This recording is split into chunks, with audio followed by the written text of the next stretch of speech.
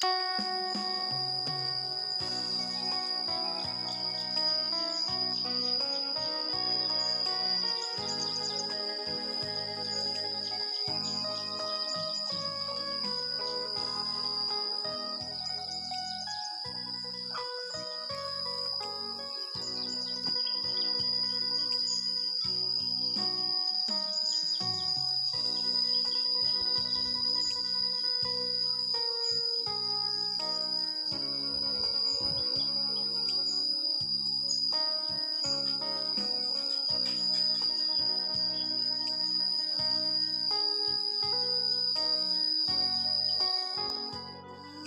ี่เลยจ้ะพี่น้องพร้อมเสิร์ฟกลิ่นหอมมากพร้อมเสิร์ฟจ้าพร้อมเสิร์ฟเสร็จแล้วพี่น้องจ้าพร้อมเสิร์ฟได้เลยจ้าพะโล้ค่ะพะโล้ไข่หมูจ้ากลับมาค่ะสบายดีพี่น้อง FC พี่น้องทุกท่านด้วยจ้าตอนนี้อยู่ทงไทยทงหน้าคือเก่าพี่น้องจ้าป้าเสียงแมงอะไรน้ำฝนที่ยังหอนดังเนาะวันนี้เข่าครัวพี่น้องตอน11 โมงเป็นเวลาตอน11 โมงแล้วก็จะเที่ยงแล้วจ้าพี่น้อง11 โมงทุกวันตอนนี้มาเตรียมการสีเห็ดพาโลสู่พี่สู่น้องกินพี่น้อง จะมาทำพาโลให้พี่น้องเบิ่งเด้อแต่ว่าบ่มีตากล้องพี่น้องจ้าคนเดียวทำพาโลวันนี้ของชงไฮโทนาแต่คุณแม่อยากแม่แก้วอยากกับแม่นอยู่ว่าเป็นเบาหวานความดันและไขมันพี่น้องเขาให้กินแต่ว่าเพิ่นอยากก็เลยเฮ็ดแหละเขาก็เลยเฮ็ดให้แต่ว่าบ่ให้กินหลายบ่ให้กินน้ำมันสิเนาะกินไข่แล้วก็หมูเช้าเนี่ยก็เลือกเป็นหมูอันมีไข่กับกระดูกหมูพี่น้องกระดูกขางมันทีเดีกระดูกขางมันสิมีเนื้อมียังแหน่ติดอยู่ในกระดูกเนาะพี่น้องเขาเลยจะมาเลือกเป็นแบบนั้นพี่น้องแล้วก็มีต้มไข่กับหน่วยง่ายๆพี่น้องนี่เลยหน่วยไข่ใหญ่ก็ใหญ่พี่น้องจ้า2 4 6 8 12หน่วยปะ2 4 6 8 10หน่วยจะไข่นะ10หน่วยพี่น้องนี่มาเริ่มทำกันเลยพี่น้องวิธีทำไปเบิ่งน้ำกันเลยจ้าเดี๋ยวสักทีจะเห็นเป็นไงเป็นตากล้องเองถ่ายเองตามเองโขลกเองพี่น้องไปเบิ่งน้ำกันเลยเฮ็ดให้แม่แก้วกินแม่แก้วยากพี่น้องแต่เฮาก็สิบ่ใส่หวานมากสิบ่เฮ็ดแซ่บเกินเนาะตอนพี่น้องตั้งน้ำมันเดือดแล้วเฮาจะสิมาคั่วรากผักชีกับกระเทียมเราชุดนี้กำลังเตรียมเครื่องที่เห็ดพาโล้พี่น้องจะทำพาโล้ให้คุณแม่กินแม่แก้วอยากกินพาโล้แต่ว่ามันเป็นพวกหวานพวกมันเนาะแต่ว่าเราอยากเราก็จะเห็ดแบบพอหายมันลายพอหายใส่กระดูกเอาพี่น้องเว้ยใส่เป็นพวกกระดูกขังเราเอา3 สั้นดอกเราชุดนี้เอากระดูกขากับไข่พี่น้องแล้วก็จะบะเห็ดรสหวานเห็ดแบบโบเค็มแห้งอะไรงามจะทำแบบออกจากสูตรนะพี่น้องก็เสร็จจะได้แหละอยาก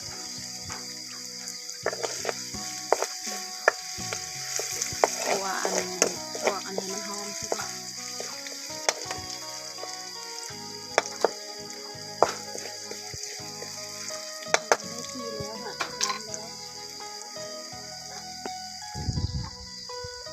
ฝนตกอีเลยพี่น้องเอ้ยกินนี่ถ่ายบ่ทันซะถ่ายบ่ทันฝนตกเมื่อกี้นี่หอมแล้วพวกกระเทียมหอมแล้วฝนตกอีกแล้วฝนตกกลางเว้นทำพะโล้หมูไข่ให้กินนะจ๊ะพี่น้องใส่เป็นกระดูกขางจ้ะพี่น้องมันแต่ว่าเขาต้องมาขัวใส่กันกับรากผักชีแล้วก็กระเทียมให้มันหอมๆสักก่อนพี่น้อง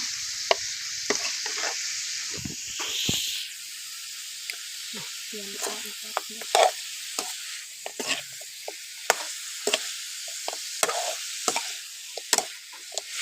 ขัวใส่ก่อนพี่น้องขัวให้มันหอมๆใช่ปะจักสูตรยังหรอพี่น้องก็สูตรเองสูตรบ้านๆสูตรของสาวสุวรรณีเองเด้อพี่น้องแต่ว่าผู้ใดอยากเอาไปทำตามก็ได้ ต้มไข่แล้วพี่น้องเลยต้มไข่แล้วเขาก็สิมาปอกแต่ว่าตอนนี้เพิ่นละปอกหอดไข่ปอกกระเทียมก่อนปอกหมูสักก่อนแล้วก็ยังสิมาเจียวน้ำตาลเนาะเจียวน้ำตาลให้มันแดงเขาจะบ่ใส่เป็นพวกซีอิ๊วพวกยังเขาจะใส่ผงอันผงพะโล้เอาใส่ผงพะโล้แต่ก็บ่ได้ใส่อันพวกบ่ได้เอามาเนื่องจากว่าสาวสุวรรณีเฮ็ดอยู่ทุ่งนาพี่น้องฝนก็ตกนะจ๊ะนี่เลยบรรยากาศทุ่งให้ทุ่งนาข้าวเขียวกระจีกับเพื่อนครัวของสาวสุวรรณีนะจ๊ะ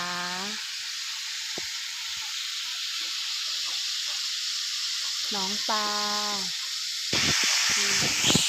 ใส่กระเทียมสุกเลย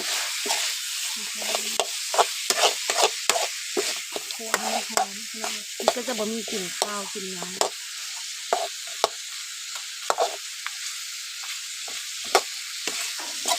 หอมดีบางคนเพิ่นก็สิทอดเอานะพี่น้องเป็นพวกตีนหมูขาหมูเพิ่นสิเอากระดูกออกมันสิเพิ่นก็สิมาทอดซับแล้วก็เอามาทอดซะก่อนบางคนแล้วนางมันสิเด้งดึงขัดแล้วทอดแล้วเขาจะเอาไปใส่ปรุงในเครื่องพะโล้แต่อันนี้จะเป็นกระดูกขาง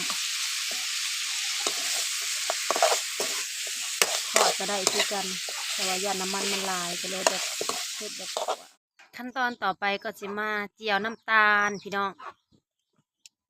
เจียวน้ำตาลชายเฮาสิบ่มีน้ำตาลมะพร้าวคือกระเจ้าเนาะเฮาบ้านเฮาจะเป็นน้ำตาลอ้อยพี่น้องน้ำตาลชายเป็นน้ำตาลทรายอ้อยบ้านเฮาเจียวจะมันเป็นสีแดงสีน้ำตาลบ่ล่ะพี่น้องสีน้ำตาลเข้มขนาดมันนั่นเป็นสีอันเจียวใส่หม้อเลยถ้าจะบ่ได้เปลี่ยนหม้อเจียวใส่หม้อแกงเลยใช้เป็นหม้อแกง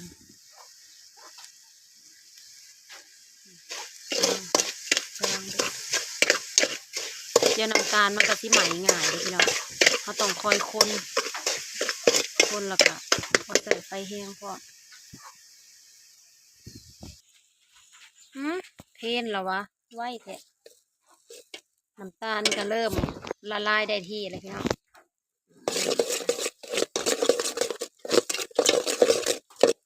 น้ำตาลเริ่มละลายได้ที่แล้วมันออกแดงนิดนึงออกแดงจักหน่อยก่อน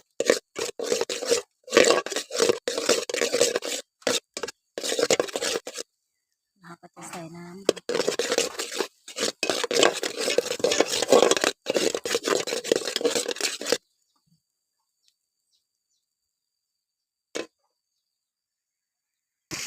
นี่หอมจังเลยพี่น้องจ๋าเอาหมูลงไปคั่วเลยเอากระดูกหมูลงบ้างพี่น้องหอมเด้หอมเครื่องเทศแล้วก็สีสวยออกมาเป็นสีน้ำตาลพี่น้องเขาบริใส่อันพวกซีอิ๊วเลยได้ไหม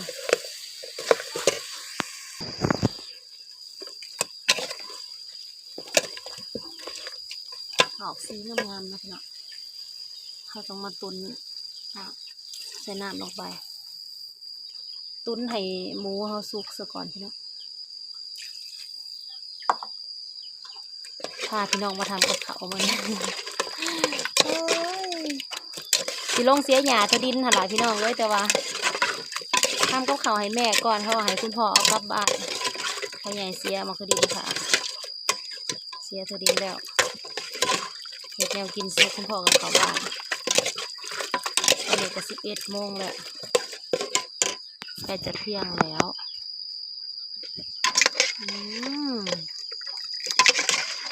สีสวยพี่น้อง ยังพอท่านได้ใส่เครื่องอันปรุงยังได้นี่นี่ยังออกมาเป็นสีนี้แล้วข้าวเจียวน้ำตาลนี่รสดีพะโล้สูตรเด็ดของมันจะแซ่บคือตรงนี้พี่น้องบาทเนี่ยสาวซุปนี่สิใส่ตัวนี้เพราะวันบ่มีเครื่องแบบนี้เนาะก็ดีคือกันนี่มันบ่มีเครื่องพวกนี้เขาคันมีเขาก็สิมาขัวเอาเองแต่ว่ามันบ่มีเขาก็ต้องใส่เป็นรสดีมันแล้วก็ตามไปด้วยผงนัวเหมือนเดิมตอนนี้ก็ใส่น้ำลงไปแล้วไข่กะ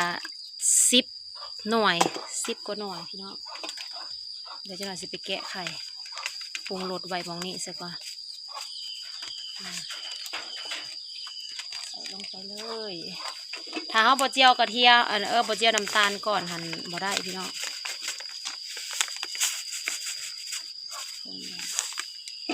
มันก็สิบ่ออกมางามแบบนี้มันสิบ่เข้าเนื้อหมูมันสิบ่เป็นน้ำพะโล้เพราะว่ารสดีรุ่นนี้มันสิบ่เป็นสีพี่น้องเลยโอเคบัดนี้เดี๋ยวไปปอกไข่พี่น้องบัดนี้รอท่าสักพักน้องมาเริ่มปอกไข่กันเลยเพราะว่าเขาต้มน้ำมันไว้แล้วพี่น้องเดี๋ยวจะไปเบิ่งอันนี้เขาขัวเขายังแล้วเนาะเขาก็มาต้มน้ำไว้ต้มน้ำไว้เสร็จแล้วเดี๋ยวเลยสิมาปอกไข่ใส่ไข่มันก็สิเป็นไข่เขาซื้อในตลาดมีแตกแน่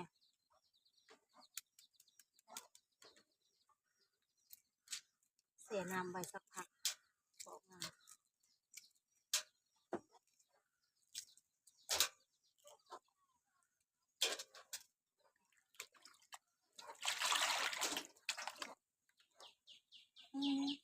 เขาใส่ไฟแห้งกระแตกเลยพี่น้อง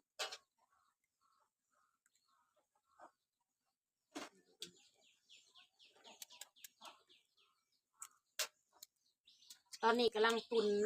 ควันกึบเลยเนาะตุนกระดูกไว้อยู่ใส่กับน้ำพะโล้น้ำพะโล้ก็เป็นช่องหนึ่งใส่เบิดเลยเนาะสูตรนี้มันสิบอกเข้มข้นไปได้มันสิเป็นแค่ไข่ที่รสดีแต่ถ้าเป็นแบบเป็นแบบฟ้าใสเป็นแบบพวกเป็นน้ำเป็นแบบเกี๊ยวเห็ดตัวเกี๊ยวอะไรพี่น้องเข้มข้นแบบนั้นนะ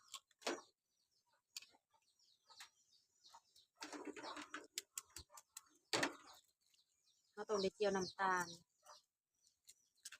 เขาบดเจียวน้ำตาลมันก็จะบอกออกมาเป็นสีบางคนเพิ่นก็สิใส่ซีอิ๊วดำเนาะพี่น้องซีอิ๊วดำมันก็มีกลิ่นของซีอิ๊วดำใส่ร้านกับผมแล้วทีนี้ก็ไปใส่เอามาซีอิ๊วดำนี่อยู่เพื่อนไปเอามาก็เลยเป็นแบบเจียวเจียวน้ำตาลรุ่นนี้เจียวกระเทียมแน่เจียวน้ำตาลใส่แน่หอมพี่น้องเบิ่งกลิ่นมันออกมานะหอมจังเลยโอ้ยเจ๊ไข่ค่ะ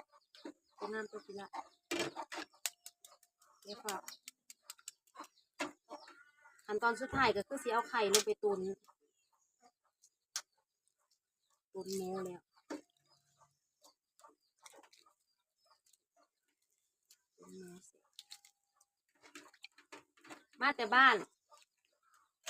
ในได้เวียกยังเลยพี่น้องเลยทำกับข้าวให้คุณแม่ก่อน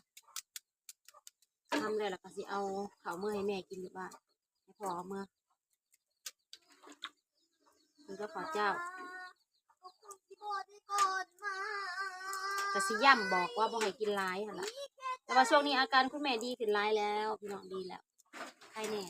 กินยาไปเบิด3 สุดกินยาอยู่นะคลินิกพันหมอแววพี่น้องเลยไปถือยาอยู่หันซอยทุบีก็พาไปเอาพาไป2 เถื่อไปน่ะไปเถื่อ1พาไปเถื่อ1เอามากินแล้วเศร้าเถื่อที่2แหละไปเอาเถื่อที่2ไปเอาไปซื้อมาเถื่อที่3ก็โทรสั่งเอาบันเราฝากคนส่งเอาอาการคุณแม่ก็ดีขึ้นเราจะเห็นเรากินข้าวแซ่บนะแต่ว่ามื้อนี้ลืมถามเราว่าเรานอนรับบ่คือสินอนรับอยู่เราบ่ได้จบได้เลยพี่น้องได้แล้วสวยงามแล้ว เนี่ยเริ่มเปลี่ยนสีแล้วไข่อะ